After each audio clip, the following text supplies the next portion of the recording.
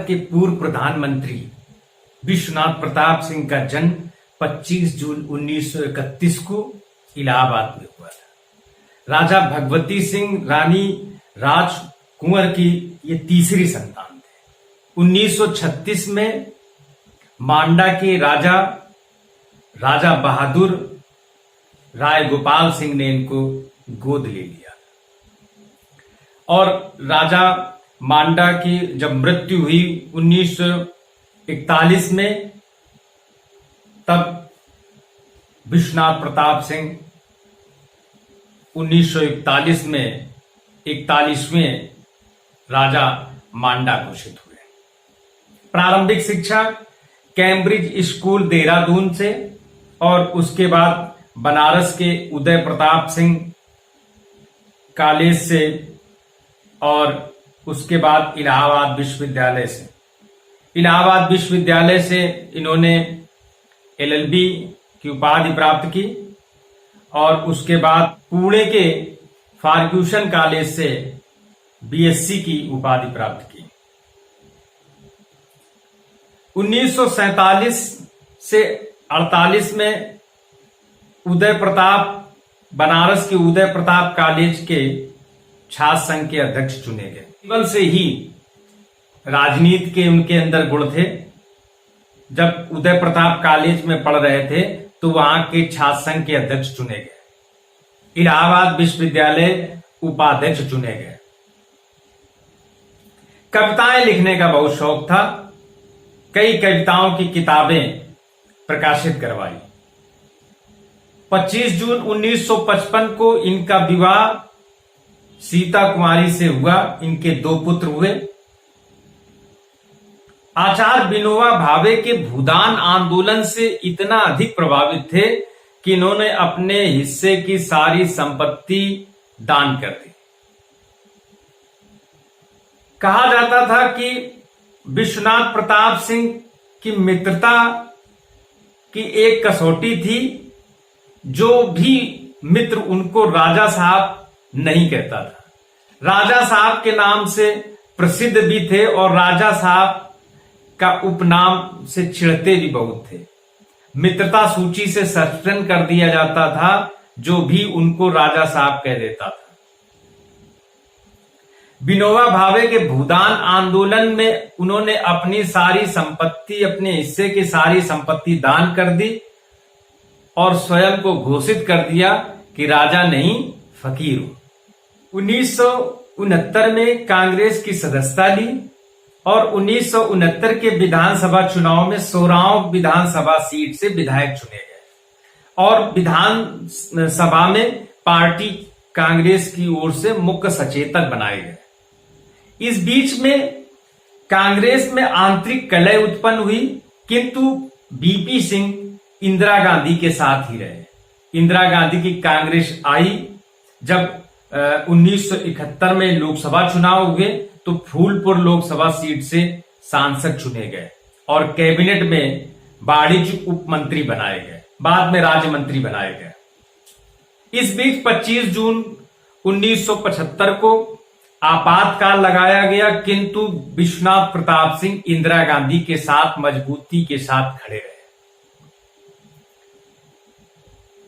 इसके बाद आपातकाल, जनता पार्टी सरकार और उसके बाद विघटन और पुनः एक बार फिर चुनाव। 1980 के लोकसभा चुनाव हुए और पुनः लोकसभा सदस्य चुने गए।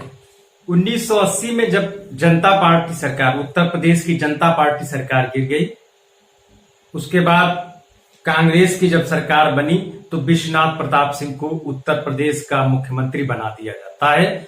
विश्वनाथ प्रताप सिंह ने वादा किया कि यदि हम उत्तर प्रदेश से डकैतों का उन्मूलन नहीं कर सके तो अपने पद से इस्तीफा दे देंगे।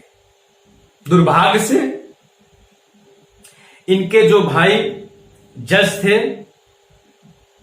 वो शंकरगढ़ के जंगलों में छुट्टियां मना रहे थे और डकैतों ने उनकी हत्या कर दी। विश्वनाथ प्रताप सिंह ने इस्तीफा दे दिया।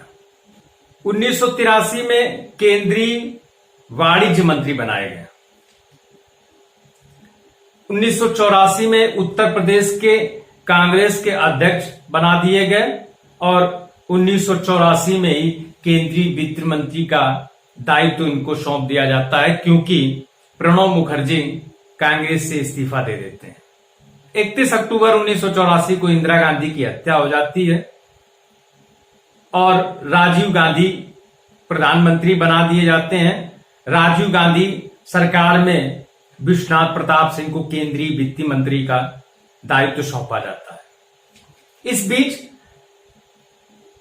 काले धन जो विदेशों में जमा किया जा रहा था, उसकी एक सूचना मिलती है कि भारतीय उच्च धनी वर्ग अपना धन जो है विदेशों में जमा कर रहा है और अमेरिका की फायरफॉक्स कंपनी से विश्वनाथ प्रताप सिंह उस धन की, काले धन की सूचना का एक करार करते हैं। राजीव गांधी को ये जब पता चलता है तो राजीव गांधी से बीपी सिंह के मनमुटाव हो जाते हैं। राजीव गांधी सरकार में वित्त मंत्रालय का पद लेकर के इनको रक्षा मंत्री बना दिया जाता है। यद्यपि फायरफॉक्स जो अमेरिकी कंपनी थी वो अपना काम कर रही थी। जब राजीव गांधी के पास रक्षा मंत्रालय था, उस समय एसडीडब्ल्यू एक पश्चिमी जर्मनी की कंपनी थी जो पनडुब्बी बनाती थी, जिससे एक बार पनडुब्बियां इंदिरा गांधी सरकार में भी क्रय की गई थी। राजीव गांधी ने निर्णय लिया था पनडुब्बी खरीदने का। जब 1987 में विश्वनाथ प्रताप सिंह रक्षा मंत्री बनाए गए तो इन्होंने पश्चिमी जर्मनी में भारतीय दूतावास में उस कंपनी से ये पूछने का प्रयास किया, क्या कीमतों में कोई कमी हो सकती है? तो एसडीडब्ल्यू कंपनी की तरफ से जवाब दिया गया कि इस पनडुब्बी खरीद में भारतीय नेताओं को एक बड़ी रकम दलाली के रूप में दी गई है, इसलिए कीमतों में कोई कमी नहीं हो सकती है। ये बात जब राजीव गांधी को पता चलती है तो राजीव गांधी और विश्वनाथ प्रताप सिंह के बीच में और अधिक मनभेद हो जाता है। एक कमीशन बनाया जाता है, वो कमीशन बनाया जाता है जो फायरफॉक्स कंपनी का सहयोग लिया गया था। वहां पर विश्वनाथ प्रताप सिंह उस कमीशन के सामने प्रस्तुत होते हैं 6 अप्रैल 1987 को। अप्रैल 1987 को विश्वनाथ प्रताप सिंह, रक्षा मंत्री विश्वनाथ प्रताप सिंह एसडीडब्ल्यू पनडुब्बी खरीद घोटाले की जांच का आदेश कर देते हैं। राजीव गांधी से और मतभेद बढ़ जाते हैं। इस बीच बोफोर्स, स्वीडन की बोफोर्स कंपनी से बोफोर्स तोप खरीदने का सौदा किया जाता है और स्वीडन के एक रेडियो में इस संदर्भ में एक समाचार प्रसारित होता है जिसमें यह कहा जाता है कि बोफोर्स तोप खरीद में भारतीय नेताओं को एक दलाली की रकम दी गई है। 64 करोड़ रुपए की दलाली इस रक्षा सौदे में दी गई है। 12 अप्रैल 1987 को विश्वनाथ प्रताप सिंह से इस्तीफा ले लिया जाता है, कैबिनेट से बाहर कर दिया जाता है। विश्वनाथ प्रताप सिंह कांग्रेस लोकसभा सदस्यता से और कांग्रेस से भी इस्तीफा दे देते हैं। विश्वनाथ प्रताप सिंह कांग्रेस के जितने भी असंतुष्ट नेता थे पूरे भारत के, उनको एक मंच पर लाने का प्रयास करते हैं और जन मोर्चा पार्टी का गठन करते हैं। 1988 में इलाहाबाद का लोकसभा का जो उपचुनाव होता है उसको जीत जाते हैं। बाद में 11 अक्टूबर 1989 में जन मोर्चा पार्टी और अन्य छोटे दलों को मिलाकर के एक नया दल बनाया जाता है, जनता दल। आम लोकसभा चुनाव में 1989 के आम लोकसभा चुनाव में जनता दल कांग्रेस को बहुमत से दूर कर देता है। राष्ट्रीय मोर्चा स्थापित होता है जिसमें बीजेपी के सहयोग से 2 दिसंबर 1989 को विश्वनाथ प्रताप सिंह सरकार या प्रधानमंत्री बनते हैं। 11 महीने ये सरकार चलती है। उसके बाद नाटकीय घटनाक्रम में विश्वनाथ प्रताप सिंह की सरकार गिर जाती है। 27 नवंबर 2008 को विश्वनाथ प्रताप सिंह का निधन हो गया। विश्वनाथ प्रताप सिंह का नायकत्व इसमें है कि उन्होंने एक बार पुनः भारतीय राजनीति में मूल्यों को महत्व दिया, वादा पूरे न कर पाने पर इस्तीफा दिया। विश्वनाथ प्रताप सिंह का नायकत्व इसमें है कि उन्होंने रक्षा सौदों में उच्च स्तर की जो दलाली हो रही थी उसको उजागर करने का कार्य किया।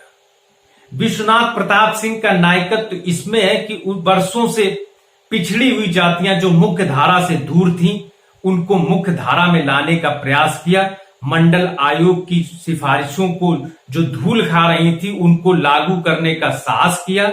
आर्टिकल 340 जो केवल संविधान में वर्णित था उसको धरातल पर उतारने का कार्य किया। विश्वनाथ प्रताप सिंह की जयंती पर सत सत नमन।